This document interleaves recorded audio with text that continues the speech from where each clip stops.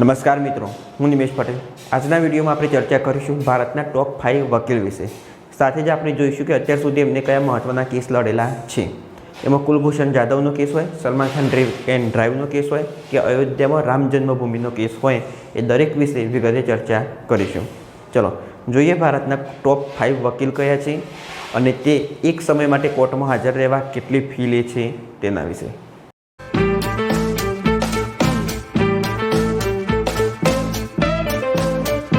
સૌથી પહેલાં આપણે ચર્ચા કરીએ રામ બુલચંદ જેઠવાણી, જેમનો જન્મ 14 સપ્ટેમ્બર 1923ના રોજ થયો અને મૃત્યુ 8 સપ્ટેમ્બર 2019ના દિવસે થયું। એક ભારતીય વકીલ અને રાજકારણી હતા। તેમને ભારતના કેન્દ્રીય કાયદા અને ન્યાયમંત્રી, ભારતીય બાર કાઉન્સિલે અધ્યક્ષ અને સુપ્રીમ કોર્ટ બાર એસોસિએશનના પ્રમુખ તરીકે સેવા આપી હતી। જેઠવાણીએ 17 વર્ષની ઉંમરે LLBની ડિગ્રી મેળવી, એટલે 17 વર્ષની ઉંમરે LLBની એમને ડિગ્રી મેળવેલી હતી અને એના પછી ભારત પાકિસ્તાનના ભાગલા પડ્યા। એના પહેલાં એ શિકારપુરમાં રહેતા અને ત્યાં આગળ કાયદાનો અભ્યાસ શરૂ કરેલો હતો। ભાગલાને કારણે તેઓ મુંબઈમાં શરણાર્થી તરીકે રહેવા લાગ્યા અને જો તેમને પોતાની જીવન અને કારકિર્દી નવેસરથી શરૂઆત કરી।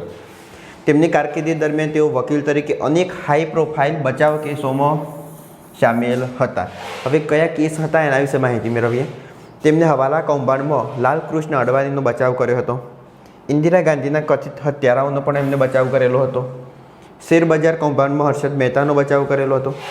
સોહરાબુદ્દીન એન્કાઉન્ટર કેસમાં અમિત શાહનો બચાવ કરેલો હતો। રાજીવ ગાંધી હત્યા કેસમાં દોષિત એજી પેરારિવલની ટી સુરેન્દ્રનાથ ઉર્ફે સથન અને શ્રીહરિન ઉર્ફે મુરુગનનો બચાવ કરવો।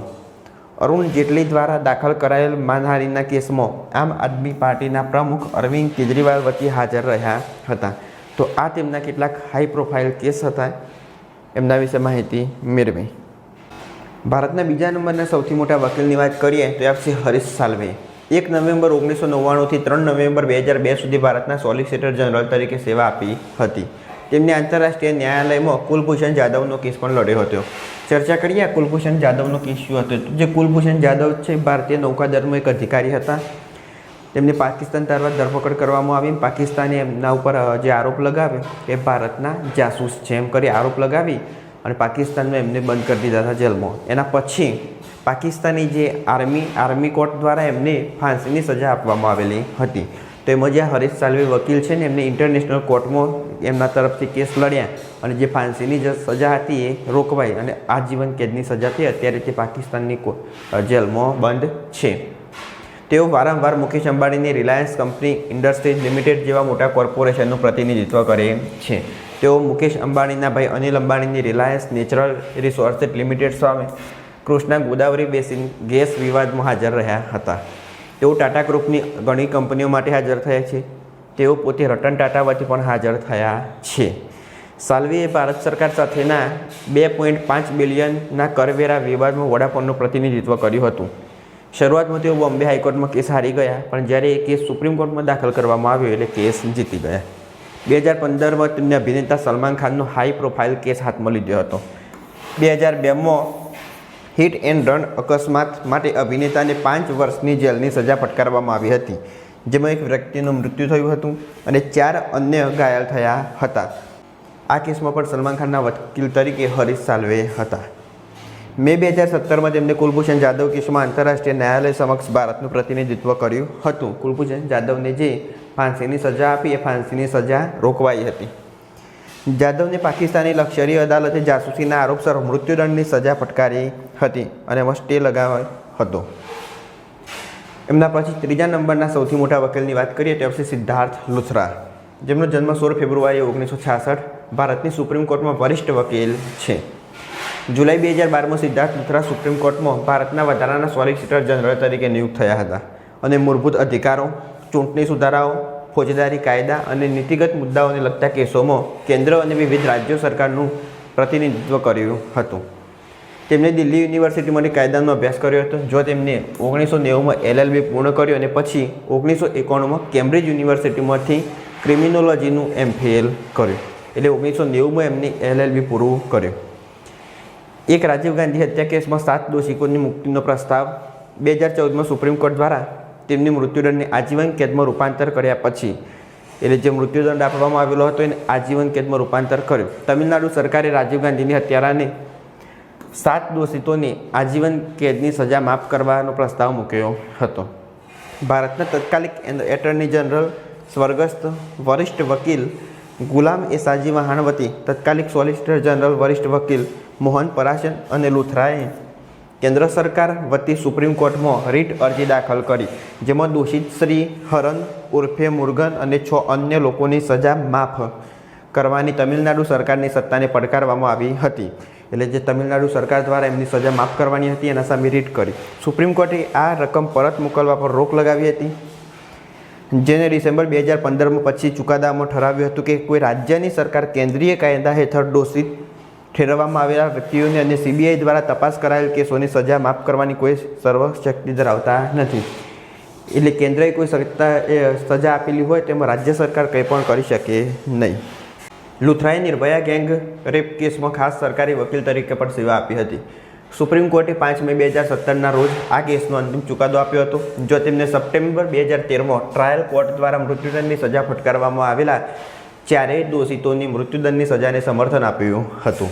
નિર્ભયા કેસમાં પણ આ જે વકીલ હતા લુથરા, એમને ભાગ લીધો હતો. લુથરા હાલમાં દિલ્હીના મુખ્યમંત્રી અરવિંદ કેજરીવાલ વિરુદ્ધ દાખલ કરેલા ફોજદારી માનહાનિ મુકદ્દમામાં કેન્દ્રીય નાણાપ્રધાન અરુણ જેટલીનું પ્રતિનિધિત્વ કરે છે. અરુણ જેટલીએ અરવિંદ કેજરીવાલ વિરુદ્ધ સિવિલ માનહાનિનો કેસ પણ દાખલ કર્યો છે. નવેમ્બર 2016માં સુપ્રીમ કોર્ટ ફોજદારી માનહાનિ કાર્યવાહી પર સ્ટે મૂકવાની કેજરીવાલની અપીલ ફગાવી હતી. અને હમણાં તાજેતરમાં દિલ્હીમાં જે ઇલેક્શન થયા એમાં આપ સરકારની હાર થઈ અને ભાજપની સરકાર બની. એના પછી જોઈએ કપિલ સિબ્બલ, જેમનો જન્મ 8 ઓગસ્ટ 1948ના દિવસે થયેલો. એક ભારતીય વકીલ અને રાજકારણી છે, એક નિયુક્ત વરિષ્ઠ વકીલ અને હાલમાં સુપ્રીમ કોર્ટ બાર એસોસિએશનના પ્રમુખ છે. તેમને ભારતની સુપ્રીમ કોર્ટમાં અનેક હાઈ પ્રોફાઇલ કેસોનું પ્રતિનિધિત્વ કરેલું છે અને રાજ્યસભામાં સંસદ સભ્ય પણ છે. સિબ્બલનો જન્મ 8 ઓગસ્ટ 1948ના રોજ પંજાબના જલંધરમાં થયો હતો. 1947માં ભાગલા દરમિયાન તેમનો પરિવાર ભારતમાં સ્થળાંતરિત થયેલો હતો. એટલે એમનો જન્મ પંજાબના જલંધરમાં થયો હતો અને જ્યારે 1947માં ભાગલા પડ્યા એ સમયે ભારતમાં સ્થળાંતરિત થયા. ચંદીગઢની સેન્ટ જોઇન્સ હાઈસ્કૂલમાંથી શાળાકીય શિક્ષણ મેળવ્યા પછી તેઓ 1964માં દિલ્હી ગયા અને દિલ્હીની સેન્ટ સ્ટીફન કોલેજમાં BA માટે જોડાયા. તેમને દિલ્હી યુનિવર્સિટીના પ્રશિષ્ટ કાયદા ફેકલ્ટીમાંથી LLBની ડિગ્રી મેળવી અને બાદમાં દિલ્હીની સેન્ટ સ્ટીફન કોલેજમાંથી ઇતિહાસમાં MA કર્યું. તેમને ઉચ્ચ પ્રોફાઇલ આંતરરાષ્ટ્રીય મંચો પર ભારતનું પ્રતિનિધિત્વ મંડળોનું નેતૃત્વ કરેલું છે. ભારતની સુપ્રીમ કોર્ટમાં તેઓ સામાન્ય રીતે કોંગ્રેસનું પ્રતિનિધિત્વ કરતા હતા. 1989માં તેમને ભારતના વધારાના સોલિસિટર જનરલ તરીકે નિયુક્ત કરવામાં આવ્યા હતા. 1994માં તેઓ સંસદમાં વકીલ તરીકે હાજર થયા અને મહાભિયોગ કાર્યવાહી દરમિયાન V. રામાસ્વામીનો સફળતાપૂર્વક બચાવ કર્યો. એટલે જ્યારે મહાભિયોગની પ્રક્રિયા થતી ત્યારે V. રામાસ્વામી એમનો સફળતાપૂર્વક બચાવ કરેલો હતો કપિલ સિબ્બલ દ્વારા. એમના પછી વાત કરીએ ઇન્દિરા જયસિંહ. જે ટોપ 5 આપણે વકીલની ચર્ચા કરીએ ને એમાં એક આવશે ઇન્દિરા જયસિંહ. જન્મ 3 જૂન 1940, એક ભારતીય વકીલ અને કાર્યકર્તા છે.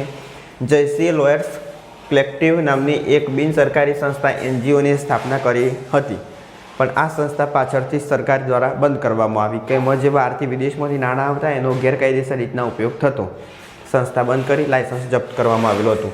જયસિંહનો જન્મ 3 જૂન 1940ના રોજ મુંબઈમાં એક સિંધી હિન્દુ પરિવારમાં થયો હતો. તેમને Saint Teresa convent high school, Santacruz Mumbai અને બિશપ કોટન ગર્લ્સ સ્કૂલ બેંગલુરુમાં અભ્યાસ કર્યો હતો. તેમને બેંગલુરુ યુનિવર્સિટીમાંથી આર્ટ્સમાં સ્નાતકની પદવી મેળવી હતી. 1962માં તેમને બોમ્બે યુનિવર્સિટીમાંથી કાયદામાં માસ્ટર ડિગ્રી મેળવી. 1968માં તેઓ બોમ્બે હાઈકોર્ટ દ્વારા સિનિયર એડવોકેટ તરીકે નિયુક્ત થનાર પ્રથમ મહિલા હતા. એટલે જ્યારે 1986માં તેઓ બોમ્બે હાઈકોર્ટ દ્વારા સિનિયર એડવોકેટ તરીકે નિયુક્ત થનાર પ્રથમ ભારતીય મહિલા હતા. 2009માં જયસિંહ ભારતના પ્રથમ મહિલા એડિશનલ સોલિસિટર જનરલ બન્યા. 2009માં તેમના કાનૂની કારકિર્દીની શરૂઆતથી તેમને માનવ અધિકારોના રક્ષણ અને મહિલાઓના અધિકારો પર ધ્યાન કેન્દ્રિત કર્યું છે. જયસિંહે મહિલાઓ સામેના ભેદભાવ સંબંધિત અનેક કેસોમાં દલીલો કરી હતી, જેમાં મેરી રોયનો કેસ સામેલ છે, જેના કારણે કેરળમાં સિરિયન ખ્રિસ્તી મહિલાઓને સમાન વારસાના અધિકારો મળ્યા હતા. જયસિંહે ગીતા હરિહરનના કેસની પણ દલીલ કરી હતી, જેમાં સુપ્રીમ કોર્ટે નિર્ણય લીધો હતો કે માતા પિતાની જેમ બાળકની કુદરતી વાલી પણ છે, એટલે કે માતા એ પિતાની જેમ કુદરતી વાલી પણ છે. જયસિંહે કેરળની હાઈકોર્ટમાં ભારતીય છૂટાછેડા કાયદાની ભેદભાવપૂર્ણ જોગવાઈઓને સફળતાપૂર્વક પડકારી હતી. જયસિંહે ભારતના સુપ્રીમ કોર્ટમાં અનેક પર્યાવરણીય કેસોનું પણ પ્રતિનિધિત્વ કરેલું છે, એટલે એમને પર્યાવરણ સંબંધી કેસો પણ લડેલા છે. જયસિંહને 2005માં ભારતના રાષ્ટ્રપતિ દ્વારા જાહેર બાબતોમાં તેમની સેવા બદલ પદ્મશ્રી એવોર્ડ પણ એનાયત કરવામાં આવેલો હતો. તો આ હતા ઇન્દિરા જયસિંહ. એમના પછી વાત કરીએ તો કેશવ પરાશરન. જન્મ 9 ઓક્ટોબર 1927ના દિવસે. તમિલનાડુના શ્રીરંગમ જિલ્લામાં જન્મેલા પરાશરન વકીલ કેશવ આયંગર અને શ્રીમતી રંગનાકિયાના પુત્ર છે, જે એક ભારતીય વકીલ છે. તેઓ 1976માં રાષ્ટ્રપતિ શાસન દરમિયાન તમિલનાડુના એડવોકેટ જનરલ તત્કાલીન વડાપ્રધાન ઇન્દિરા ગાંધી હેઠળ ભારતના સોલિસિટર જનરલ તરીકે સેવા આપી હતી. પરાશરને હિન્દુ પક્ષો વતી અયોધ્યા જમીન વિવાદનો કેસ સફળતાપૂર્વક લડ્યો. વધુમાં તેમને શ્રી રામ જન્મભૂમિ તીર્થ ક્ષેત્રમાં ટ્રસ્ટી તરીકે નામ આપવામાં આવ્યું હતું. હવે પદ્મવિભૂષણ સૌથી પ્રખ્યાત વરિષ્ઠ નાગરિક 2019 શ્રી નારાયણ ગુરુ એવોર્ડ સ્વરાજ એવોર્ડ 2020 કેશવ પરાશરનને આ એવોર્ડથી સન્માનિત કરવામાં આવેલા છે. કેશવ પરાશરન એ જ વ્યક્તિ કે જેમને અયોધ્યા રામભૂમિ માટેનો કેસ લડેલો હતો. આ વિડીયોમાં આપણે ચર્ચા કરી ભારતના ટોપ 5 વકીલો વિશે, જેમાં ઘણા બધા કેસોનો સમાવેશ થશે. કુલભૂષણ જાદવનો કેસ, સલમાન ખાનનો કેસ, અયોધ્યા રામ મંદિરનો કેસ જેવા અનેક કેસો, ઇન્દિરા ગાંધીની હત્યા, રાજીવ ગાંધીની હત્યા જેવા કેસો પણ સામેલ હતા. જો વિડીયો ગમ્યો હોય તો લાઈક કરો, શેર કરો, ચેનલ સબસ્ક્રાઈબ કરો. ત્યાર સુધી જય હિન્દ, જય ભારત.